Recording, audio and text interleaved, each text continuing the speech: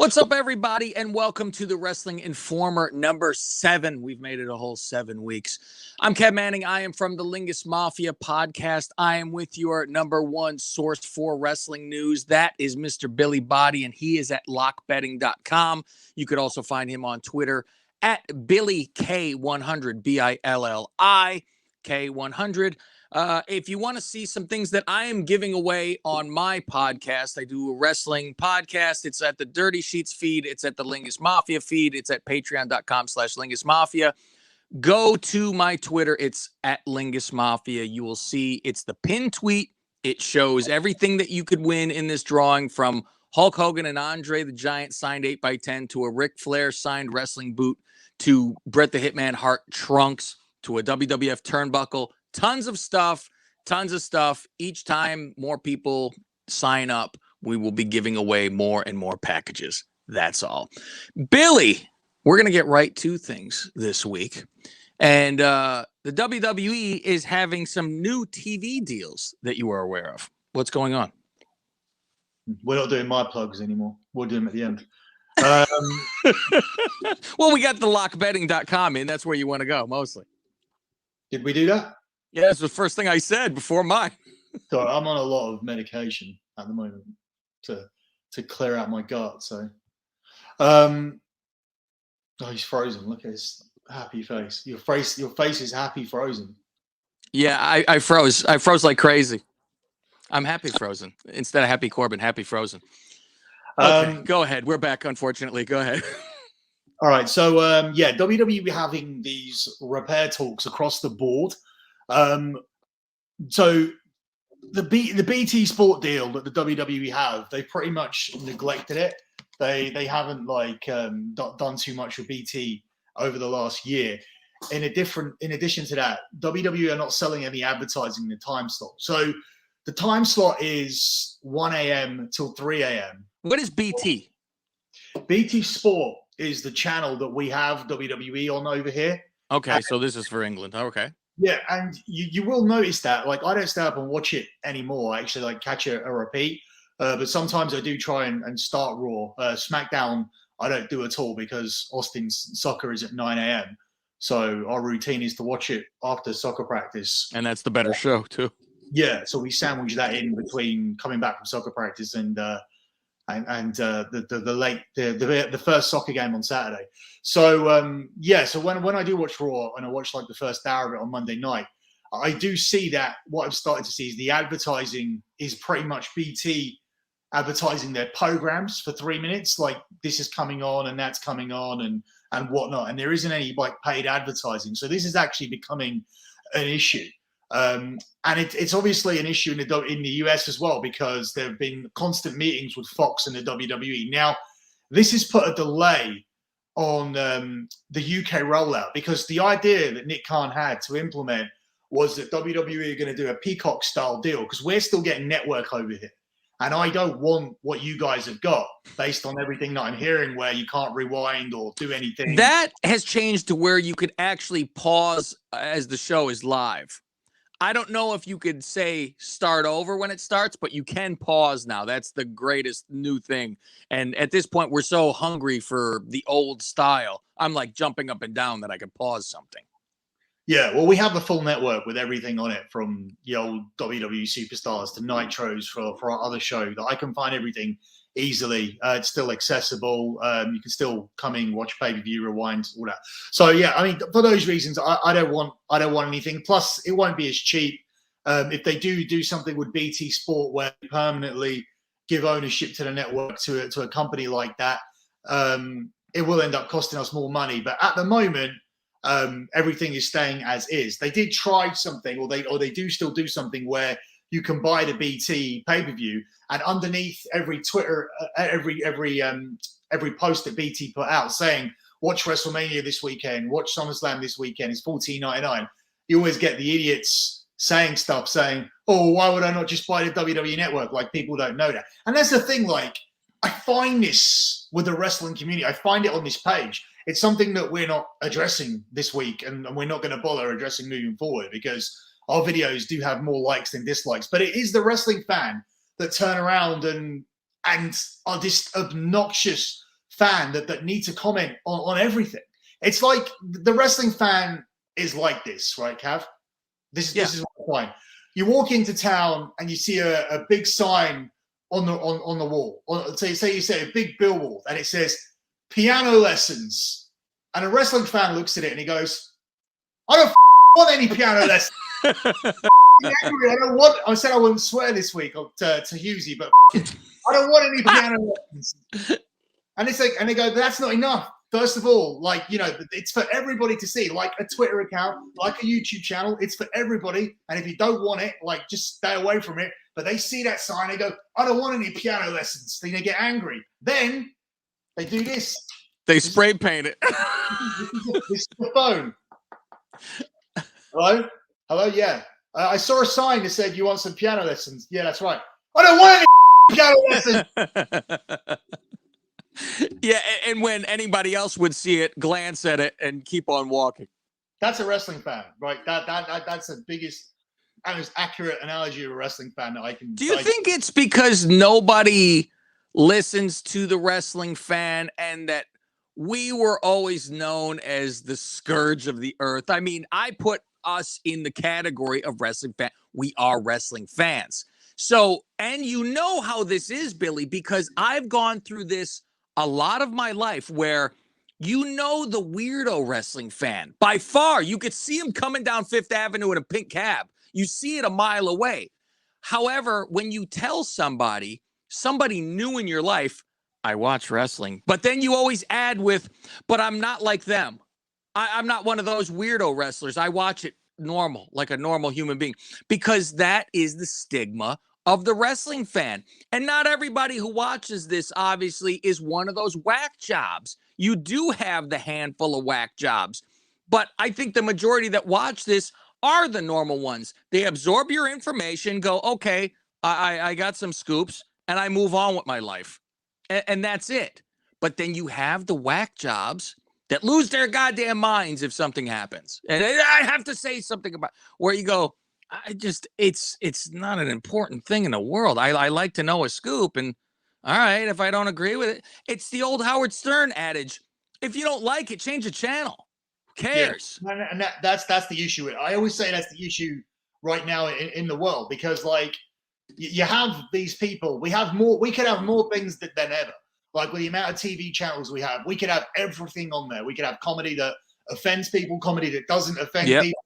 Porn, porn could be free now. But if you hate porn, I will lose my mind that it's on another channel that I am not even looking at. But I don't want you to look at it. I don't want the neighbor to look at it. No one's allowed to look at it because I don't like it. It's the stupidest thing. It's like you with the vax or whatever. Oh, YouTube paused him when he. I think you get automatically paused when you mention vaccination. You got paused there for saying. We might get. I saw that it got paused, and I was like, great. But I was saying, you don't want it? Who cares? This guy wants it. God bless you. Who cares? Everyone has to be in everyone's stuff. But that's what I'm saying. There should be a channel for all. There should be a channel if you support this kind of politics. There should be a channel if you support that kind of politics. That's Fox and CNN.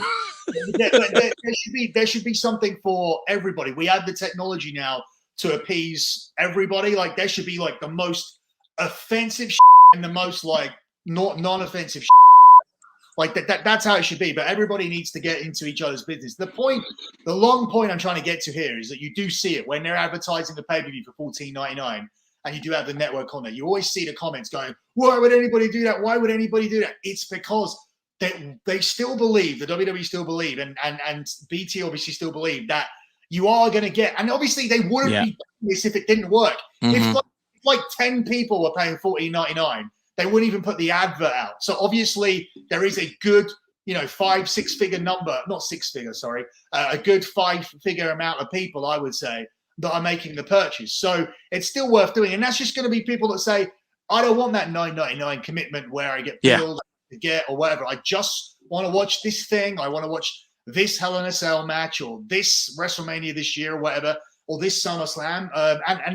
And they may even be getting together with some people and then chipping in and buying it. That's it. Like that might happen. That is a thing. So that's why I don't understand that. But yeah, the renewed but has resulted in a new set of images which now correspond to current draft. Believe it or not, we had Kofi Kingston as the face of SmackDown for ages, and Becky Lynch for the whole year she wasn't out. So this was genuinely a neglected thing. Where we were at the start of it, once they first signed a deal, and this is typical WWE, they were sending interviews, they were doing BT Sport exclusive bits where Sheamus and Drew were doing all kinds of stuff like that, these individual adverts. Hey, you're watching BT Sport. Obviously, when you release half the company, you lose half of the stuff that you do. We'll be talking about those later. So yeah, there's a renewed effort here. I don't know what they're going to do on part of not selling the advertising. This is very disappointing. It's consistent with like poor ratings with Fox. They held meetings recently with Fox where they talked about possibly giving them an extra half an hour as often as they could on FS1 to compensate for the fact that ratings weren't there. This will be at no extra cost. So there may be a 30-minute version of Talking Smack or a pre-show or something like that. There's not going to be a run over. I don't think they're going to do something where they have 2 hours of the show over and there's an extra 30 minutes on Fox. I saw, I had discussions about that where some people thought that might be a way to go. Between me asking and coming back to record the show this week, that's not going to be the case. So when I talk to BT, they're very reliable, like people involved in that from the UK, people that I've dealt with since the time where I did media in the UK. So this is a reliable story. Not a big story because that's why we're starting with it, because we like to run in some sort of order. But yeah, it's just interesting because the whole model of the network is supposed to be this. Nick Khan is going to milk this. He's going to kill the network across the world, and sell it to as many places as he can. We've already got Rogers in Canada, Sony in India, Peacock in the USA. They're the big ones. BT was supposed to be next. It won't happen at the moment until things are organized, until the ship is in order. My 18-year-old self, my early 20-year-old self would love all of the content that is out. I'd be like, there's pre-shows. I'd be watching the Smack Talk after whatever, Talking Smack. I'd be watching all this stuff constantly. Now I'm just like, I kind of wish it went. I feel like that old man that goes, back in my day, I would love to have it back in the day where you're watching Saturday Night Main Event and you craved something. You longed to have a piece of wrestling that wasn't superstars each week because it was nobody's against somebody. When that Saturday Night Main Event came on, that's why the ratings were insane, because you were starving and pay-per-views were every couple months. Now it's piled and piled and piled on top where they're like, here's your content. There's 50 shows a week. And, after you get a life eventually and stuff like that, you're like, I mean, listen, if it was good all the time, like we always say, it's like looking back at a dog that died and you go, the dog never did anything bad ever in its life, when it did, but you only see the good. It's the same as the Attitude Era. You look back, you think it was the greatest, that nothing was ever bad. It was a great show every week. It's not the case, but from what we have now, we long to have those days back, even just going back to there. So what's up with your favorite tag team, Billy, the Street Profits? Which do you like better, the Street Profits or New Day? Who's one and who's two to you? Oh, God. With the New Day, I think at least it worked for a little while. Street Profits haven't really worked since they came over from NXT. Obviously, we had the pandemic and whatnot, but well, worked for you, I would say, because they're over. What, with the majority. Yeah, I think the majority of people, I don't hear boos unless they pipe out them, but I don't ever hear them like getting trashed. No, this is not the feeling in the company. The feeling, a lot of this is done down to the responses they hear on a night-to-night basis and merchandise sales. The merchandise sales list was released. It normally gets released with the quarterly, so at least there's more emphasis on it.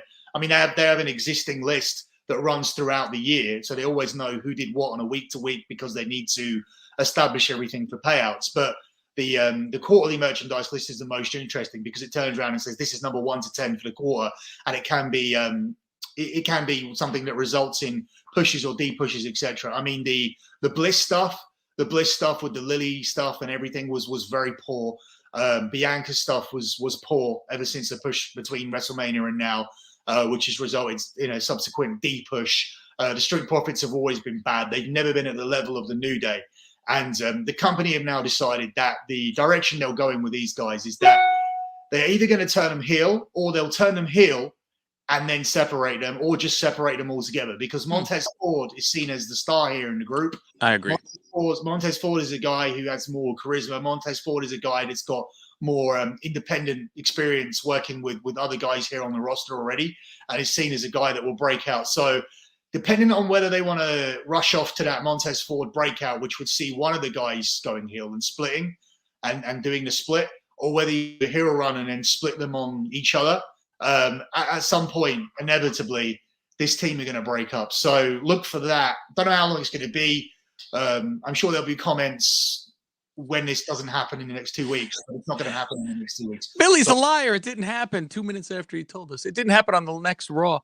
You know what's funny is that I was actually thinking that this week for no reason at all. In my head was, what would they do? And I think I was thinking of Otis and what they've done with him since, getting out of his tag team Heavy Machinery. And just, Mr. Personality is not being used for personality at all. But I keep thinking, like, Dawkins, is he going to be able to do much when he is out of this? Because Montez, you see Mr. Personality, and the guy's an athlete like crazy. He's diving over the turnbuckle, post and doing flips and stuff. So he'll be fine. He's had fine matches and all that kind of stuff. And he could talk. I don't think Dawkins is bad on the microphone, but I don't think he's at the level of Montez. But do you think he's just going to be lost at that point? He's going to turn into Tucker? Well, with the way that they're releasing people like that, I don't think that's a good thing for him, that this team's going to break up. So I think what is a good thing for him is the limited number of African Americans that have been released in the last 12 months. I think that kind of saves him, so the company won't feel like the company will think twice before releasing a black guy, because they've released too many, and they would say, we don't want anybody to say this is why we're releasing. They've barely released any. B-Fab went on the last set of releases, but there haven't really been that many. And Ember Moon went as well, but that was a case of Ember Moon going back to NXT on a main roster contract.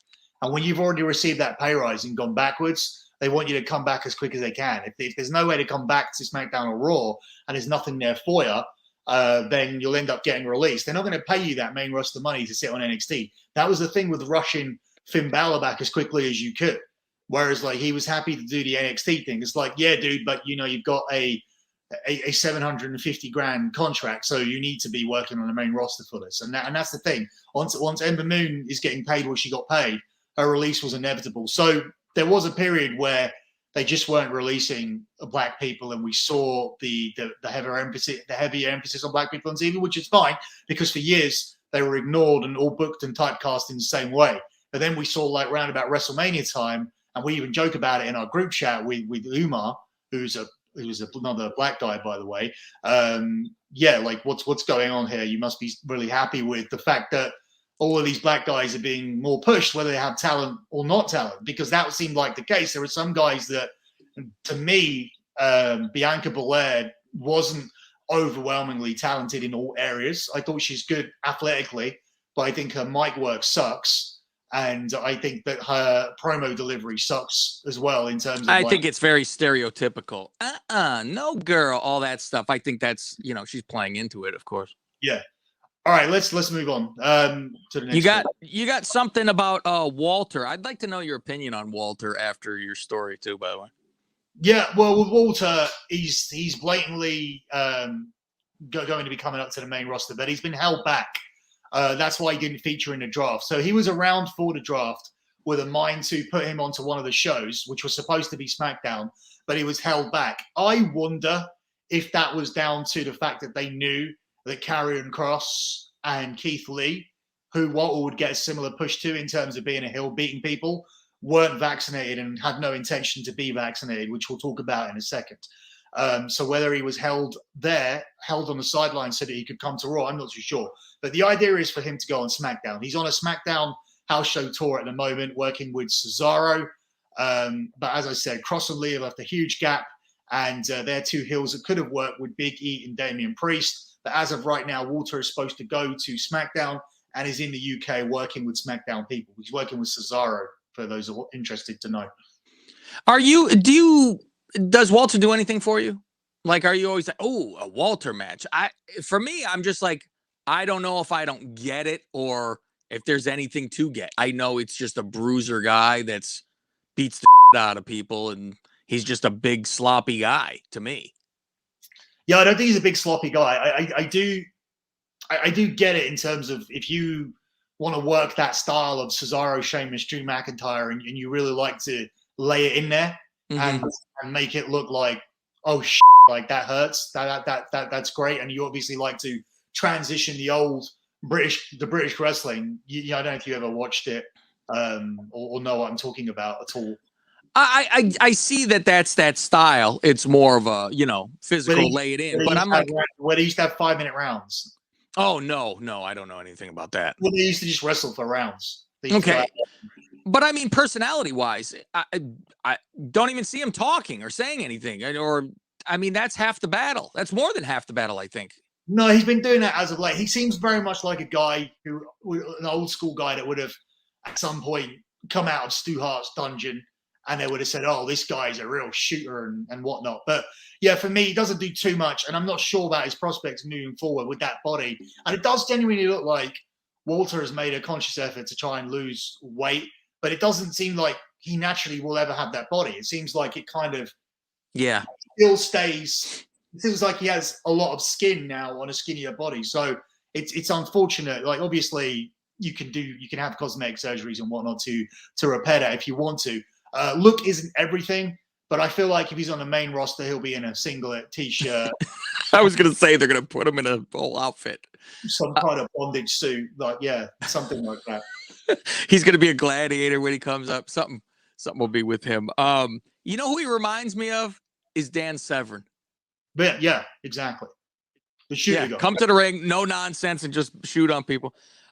Clear up. We were just talking about it, the vaccine stuff, because of the releases and clarifying about who is vaccinated, who got let go because they're not vaccinated, all this kind of stuff.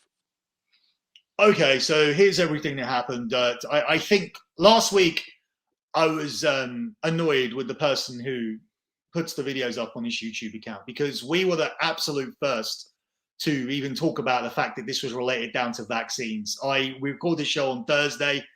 I delayed the start of the show so that we all had to stay up later. It went right into the NFL game last week, which is my job. You can see it as we're watching. We're talking about the score, so you have a timestamp. Yeah, exactly. So, and it's my job to be watching that game in case there's luckily there wasn't, because we took the Colts -10, and there wasn't anything where we had to go. The Colts are losing.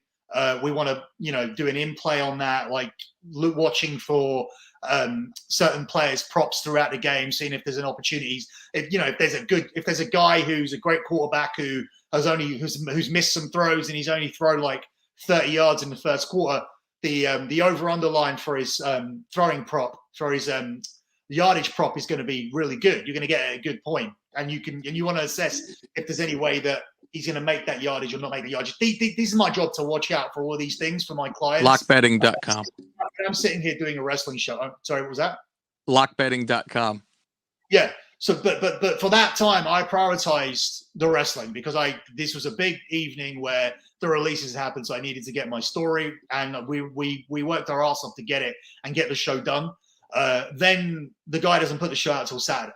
So I don't even know if this part of the show is going to be kept in or edited, or he's going to edit it out because it's a criticism. But if we're doing a show and there's a time-sensitive story and we're the first ones to do it, we want the show out on Friday morning. We don't want it out on Saturday when we're the first ones to break the news about the vaccine protocol. So that's fine, because we've been first for vaccine protocol before, whether it be on this show or Vince's show, because unbelievably, some people may not understand this. This is an existing show that already existed. I did this show with Russo for 20 months, and I've been doing the dirty sheets for 5 years, and we've been number one with all of the news. And everybody that listened on Russo's show will tell you this guy gets all of the news right, and he gets it before everybody else. So you come on here and say what you want in the comments. It doesn't really matter what you say. You're the guy shouting about piano lessons in town. It doesn't matter. You don't matter. So the fact is that it's disrespectful, if anyone, to Conan and Disco, who have made the decision to put the content that they put on their channel. And as I said, once again, last week we were number one with the vaccine news. And to clear up that situation, those that were and weren't vaccinated, you'll never know who, because of HIPAA laws in the US, HIPPA, unless talents come out and say. But I can tell you that BFAB, Nia Jax, Nikki Cross, Karrion Kross, Scarlett, Keith Lee, and Mia Yim didn't get vaccinated. And were not vaccinated, and people were waiting to see if they got vaccinated nearer the time. The Nia Jax thing is very interesting to me, as this is a second person to be released during a mental health break. The first one was Bray Wyatt. Again, my story. I was the guy who broke all of the news on Bray throughout all of the time, including the fact that he was going to go to Hollywood before he did any more wrestling. In fact, give credit where it's due, that was a Russo thing that he told me from him being in DM contact with Bray Wyatt. And all of the news that I had with Bray about his breaks, about why he was off, about why he was released, you guys know that to be true because you would have heard it on the Keep It 100 segment before we had the full show here. So under Joe Biden, which is the reason why all of these releases came, under Joe Biden, employers with more than 100 employees must decide on a COVID-19 policy, whether that means requiring workers to be fully vaccinated or to undergo weekly testing within 30 days of the rules publication in the Federal Register on November the 5th. That means company must have a written policy in place by December the 5th and effective on December the 6th. Now, what's interesting is that Biden got challenged in the court by this. So it says here, where is it? On Thursday, the president said employees at large companies would have to be fully vaccinated by the 4th of January, calling the vaccination the single best pathway out of this pandemic. Debatable. But here we're hearing that 26 states have opposed it and the courts have put a freeze on it. So we're not even sure now if these people were released for something that's actually going to stick. But additional information for this. Do you mind if I read any information provided by you without naming the people? Yeah, totally. Yeah, all without right. naming those sources, no problem.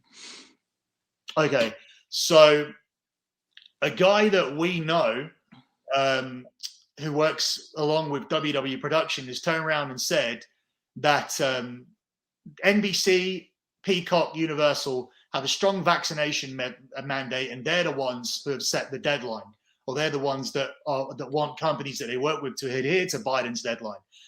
This makes sense because it's in line with the protocols of Disney and Fox. There was a show called 911, and they all got the email to be vaccinated, and the deadline date for them was in particularly October the 18th because that was a resumption of filming, and they ended up writing off 2 of the main characters from the past 5 seasons.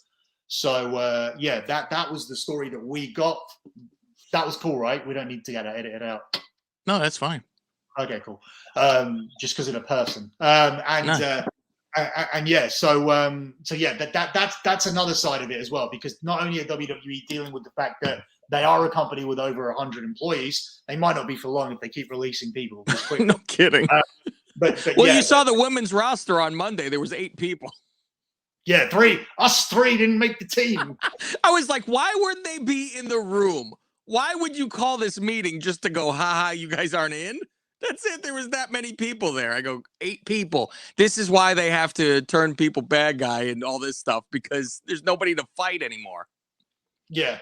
So that's kind of the clear up on the vaccine situation. So people were released, and to go back to our original story, 2 deadlines were handed out. Money in the Bank was the first deadline. If you are vaccinated, if you're not vaccinated by the date that we return to touring, you will be asked to travel separately, isolate separately, isolate with your group, eat separately, and basically be a complete outcast. And you remember, I'm not going to run through them again. I've done the story so many times now. So it's over on Russo Show. It's over on a different episode of Keep It 100. So it's not. There's no point running through the rules and regulations again. Let's just say they were designed to make you get it, right? They were designed. Yeah, it's more hassle not to get the shot than to, like, even if it was just you have to wear a mask at all times unless you're in the ring, you'd want to get the shot. You'd be like, I'm sick of wearing this. But it was a lot of you can't do this, can't do that. You have to test every 5 seconds, all that stuff. So yeah. Secondary to that, a lot of people that have been more senior with the company were given inside information that these releases were going to come. Like, so they were told, they were given a little nudge, which is why you've subsequently seen someone like Sasha Banks, who was totally against it, go out and get it done. What's odd is that you haven't seen everybody yet. So there are still people who you know, with the whole thing with it being held up by it not being approved by the courts and it being paused at the moment. There still is time for people to go and get it done. But you're still seeing somebody on Raw, first name Alan, who still hasn't got it done. So, and he's from the South, right? So it'll be interesting to see how that ends up playing out. This particular guy, his contract actually expires in January, but he has a 1-year option to renew, which is now a thing on a lot of contracts where they're given a contract and then they've given an option to renew the 3rd or 4th year or whatever it is. What's most interesting, and this is a very, very key point, and I'm going to hammer you over the head with it, because I don't know if I've said it on this show or Russo Show or K100 or whether I've said it on all the shows, but let's just keep saying it again. Every single WWE contract, every single one is invalid, right? Unless they've renegotiated it, like a few guys did, like Kevin Owens renegotiated for a shorter contract, or guys' contracts have come up. Every single contract is invalid. What that means is that during the pandemic, every single person did not reach their minimum date requirement on the contract, right? Okay. Some people didn't have that. Brock Lesnar didn't have that. Roman Reigns didn't have that because of obviously his situation where his immune system is compromised. So he's got a flexible deal. So some guys don't have that, but everybody that had that is subject to being released, and they can do it without any compensation or anything. So every single person can be released. Every single person as of 2020 was in breach in their contract. There is no pandemic clause in any contract that was signed prior to 2019, or sorry, to 2020, or when this started, or when we saw this starting at the end of 2019. So you need to bear that in mind. When people are sitting there going, oh my God, he got shot, he got released, and it's like shock horror. They can do whatever they want now. This was the window to turn around, and you don't have to hold on to a dead talent who's contracted to 2025. You don't have to do it. You can, and these budget cuts are obviously a part of how Nick Khan is moving forward a company. You're going to see a lot more of a leaner and meaner WWE designed to make more money, which could even like move forward with them, as I've mentioned many times on other shows, buying a building that they own and doing Raw out of the same place every week, because that saves them between 600 to 700 grand a week, where you don't need to transport all that equipment across in trucks. And people say comments, like they turn around and say things like, oh, why would it cost that? Why would it cost this? Well, it does. Okay. You pay the people to set it up. You move it across from one town to another. You have to rent the building. You rent the building, you store it. The cost of running Raw in a different place every week is between $600,000 to $700,000 a week. Like, so that's why they weren't doing live Raws during the war in the beginning. They couldn't afford to do it.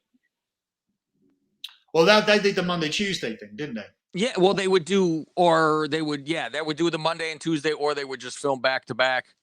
Remember, they used to do 4 in one night. Even during successful periods, WWE Superstars was filmed for 4 weeks. Yeah, I mean, that's Superstars, though. But when you're talking about Raw, and I remember being at one of those shows, and my God, by the end of that, you're done. That's why it's like that crowd is on fumes by the end of that.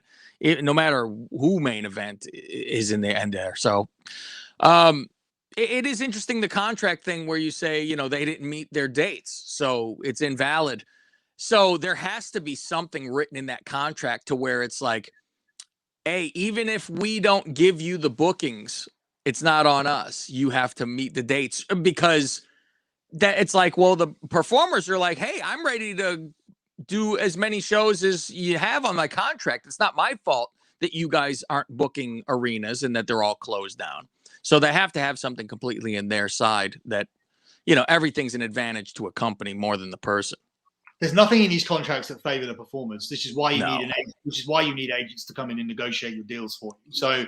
So yeah, I mean, I almost feel like it's reached a point where WWE respect you more if you come in with somebody to negotiate, like Becky Lynch and the way Matt Riddle did as well. So what is there was talk about Vince at some tapings. Yeah, so this is a very, very quick one. It just pertains to Raw. Vince and Pritchard were there so long that they didn't hang around for the taping. John Laurinaitis ran Raw this week. Vince held a long meeting with everyone about the releases, about the Survivor Series. It was mainly about production. One of the funniest things coming out of this is that Kevin Dunn, what we've established, and this was actually from the week before, that Kevin Dunn is no longer going to jump around with his camera work anymore. You'll notice that. Oh, really? Well, there was a complaint from there was complaints from from me for years, screaming at my TV that I'm getting vertigo watching Raw. No, there was a complaint. There was complaints from epileptics. There you go. The WWE received market research that they do, and a vast number of epileptic people found it difficult to watch. So WWE are aware of this in the last 2 weeks, and you may see, obviously they're still going to jump around, but you're going to see more of a holding on more of a pausing on the action than you have done before. Stylistically, I don't think that he can produce in any other way but this. But you're going to see a conscious effort to improve. But this is just one of the small points in a meeting that was 4 or 5 hours long, where guys were just sat there going over this, going over that, addressing the vaccinations, addressing protocol, addressing just generally how they move forward. And this is just worth noting here on this that Laurinaitis run Raw. And this may be the problem with Raw, because the simplest thing is when Vince isn't there. Or even when Vince is there, too much gets changed. When Vince isn't there, and when Triple H was running things there before, or when Pritchard was running it, you basically simplify the show as much as you can, and you get match, and no real storyline development. And this is what happens. You're leaving Raw in the hands of Abyss, Petey Williams, Jason Jordan, Adam Pearce, Shane Helms, Jimmy Wang Yang, TJ Wilson, Pat Buck, Molly Holly. These people are not decision makers. And no offense, but these people are not big stars. These people don't know how to do a big angle or draw in a main event. The guy that done the biggest stuff out of all of these guys is Abyss. Abyss was an actual main event guy in TNA. So for me, that's not big enough here for your wrestlers to be looking at people. You're not looking at Bret Hart and Shawn Michaels here and going, "Hey boss, how do I cut this promo? What's your advice to make this match better?" You're looking at mid-carders booking mid-carders. Maybe Molly Holly has pull with the women out of that group. Well, Molly Holly's there to make sure that the women get the most out of the 3 minutes that they're getting allocated. You imagine. Your job is to get that most out of 3 minutes. That's what most women's job are with men. She was genuinely put there because women's matches were failing on the ratings, and we're not talking about Charlotte, Becky, Bianca, and Sasha here. We're talking about other matches involving the lesser talents that they want to get them wrapped up in 3 minutes. Obviously, on Raw this week, that was a main before anyone pops up with the wise comment. Yeah, I understand this week on Raw, there was a longer match, but that was a main event match. I'm not talking about Carmella versus Doudrop or something like that. We're talking about a main event match to be the number one contender. It's interesting also that they're pushing Liv, because Liv's out of contract in a couple of months.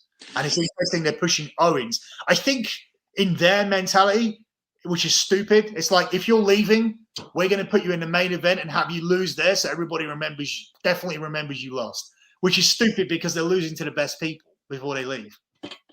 Do women usually try to get the best out of the 3 minutes that they're with you?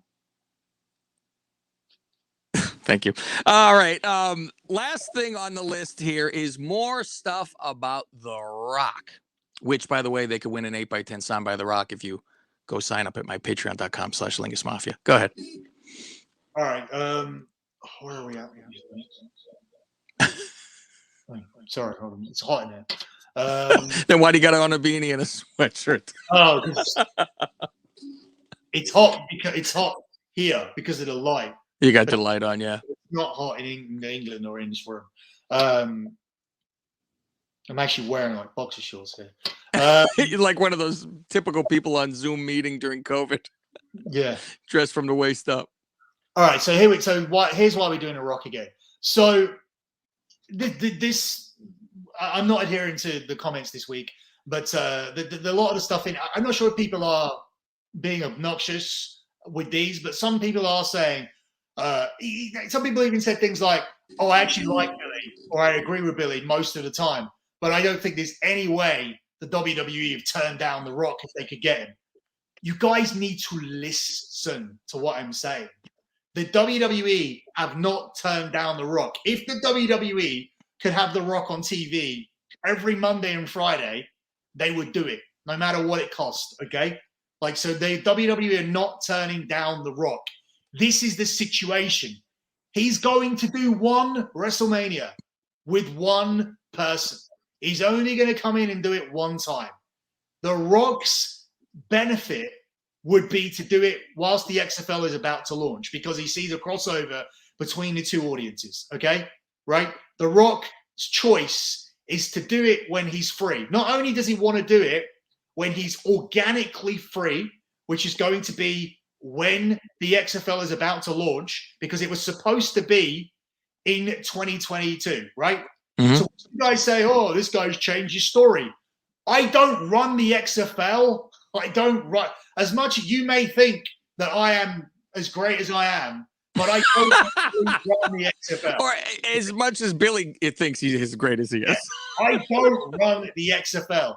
The postponement of the XFL to the next year was nothing to do with me. It was actually done by people that are unbelievably more important than me. Okay? So is that possible? It is possible. Yeah.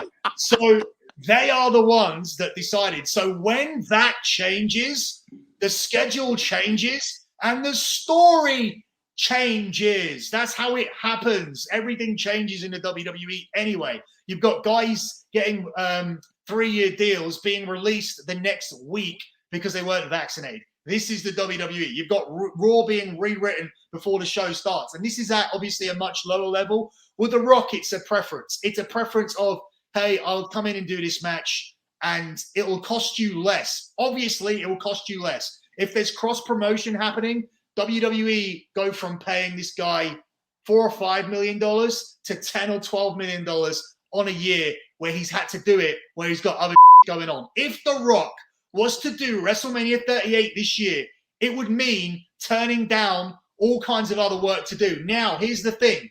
You'll turn around and possibly say, yeah, but you already said he was free.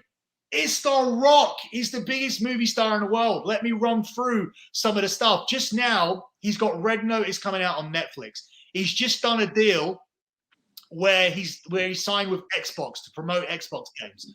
After Ballers got done, he immediately signed with Netflix to go and record his action comedy, Red Notice, with Ryan Reynolds and Gal Gadot.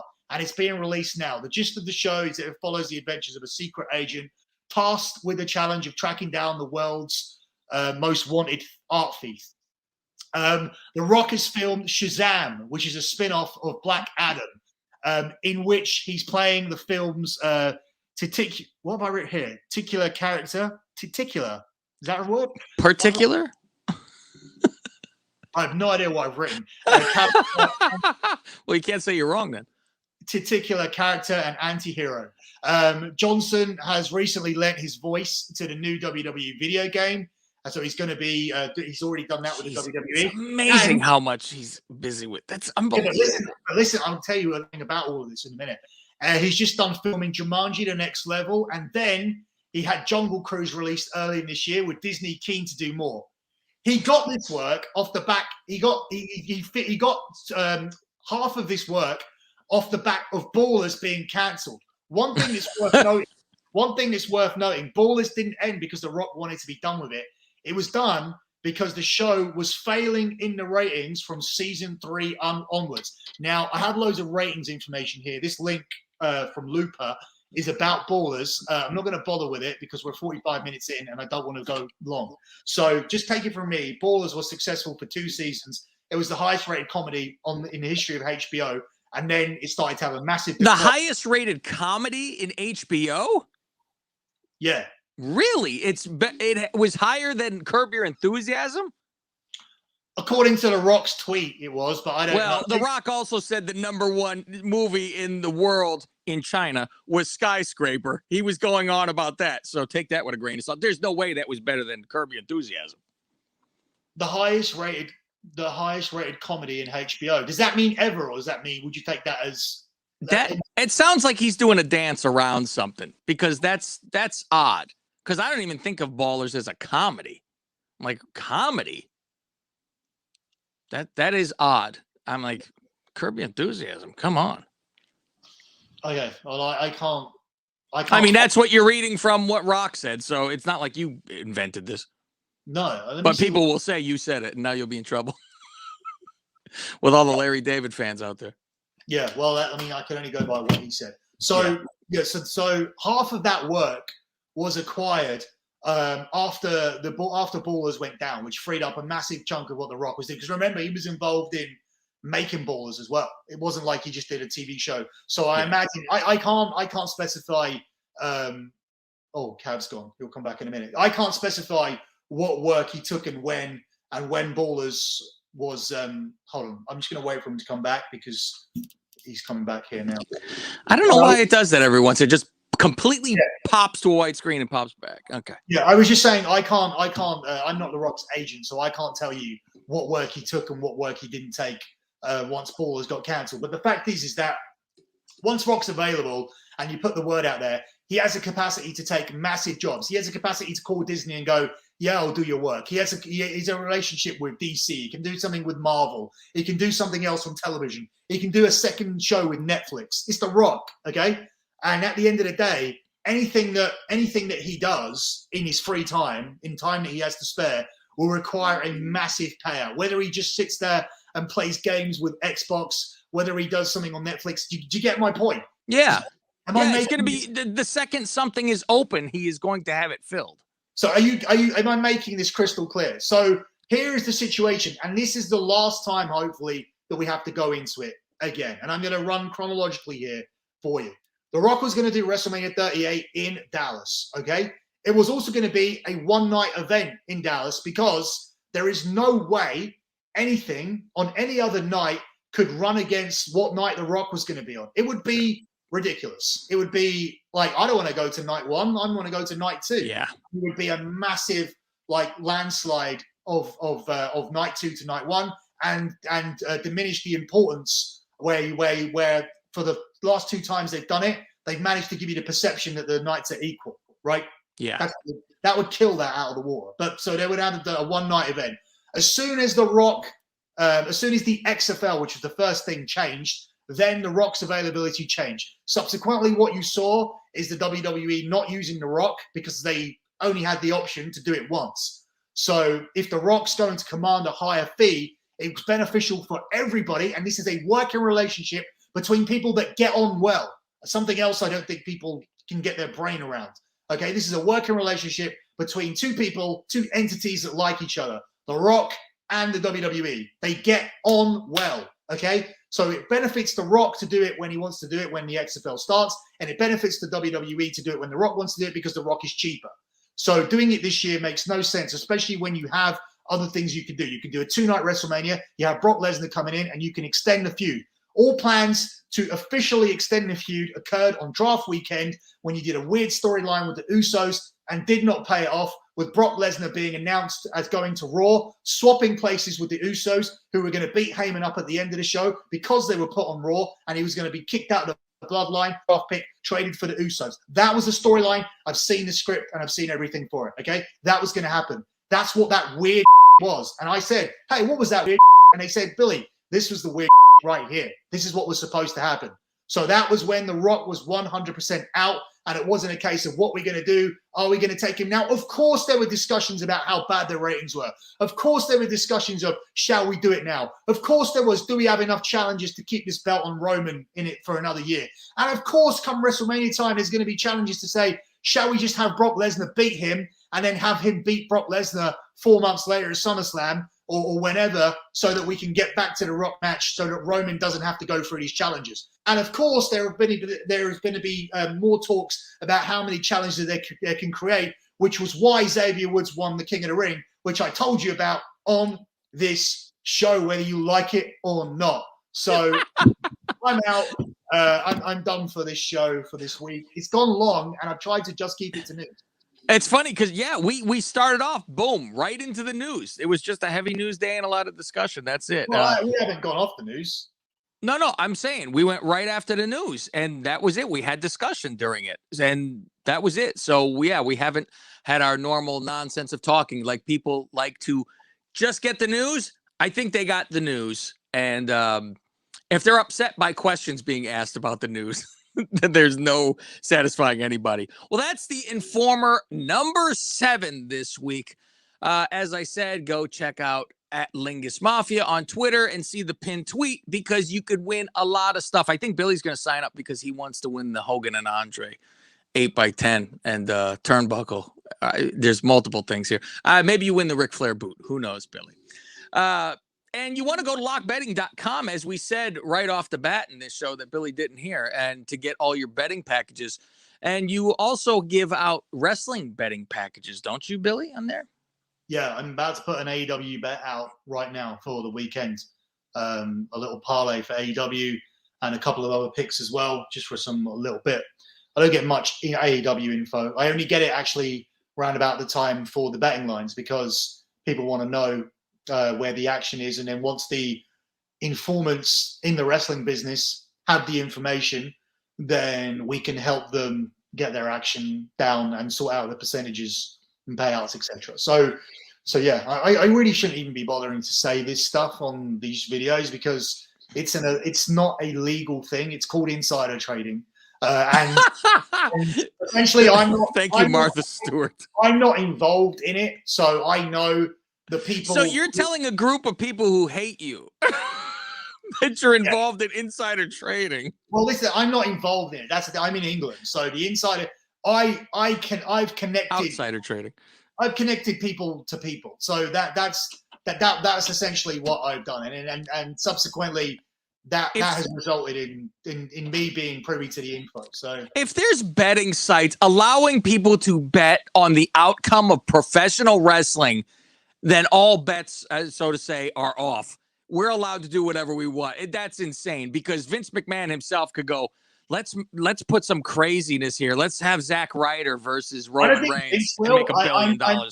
I'm a little bit more worried about AEW, because Tony Khan seems like a little bit more savvy on that kind of stuff. So yeah, he's more in with the marks. Like he would be looking at the dirt sheets and go, oh, these are our odds for AEW. I don't think Vince would give a crap.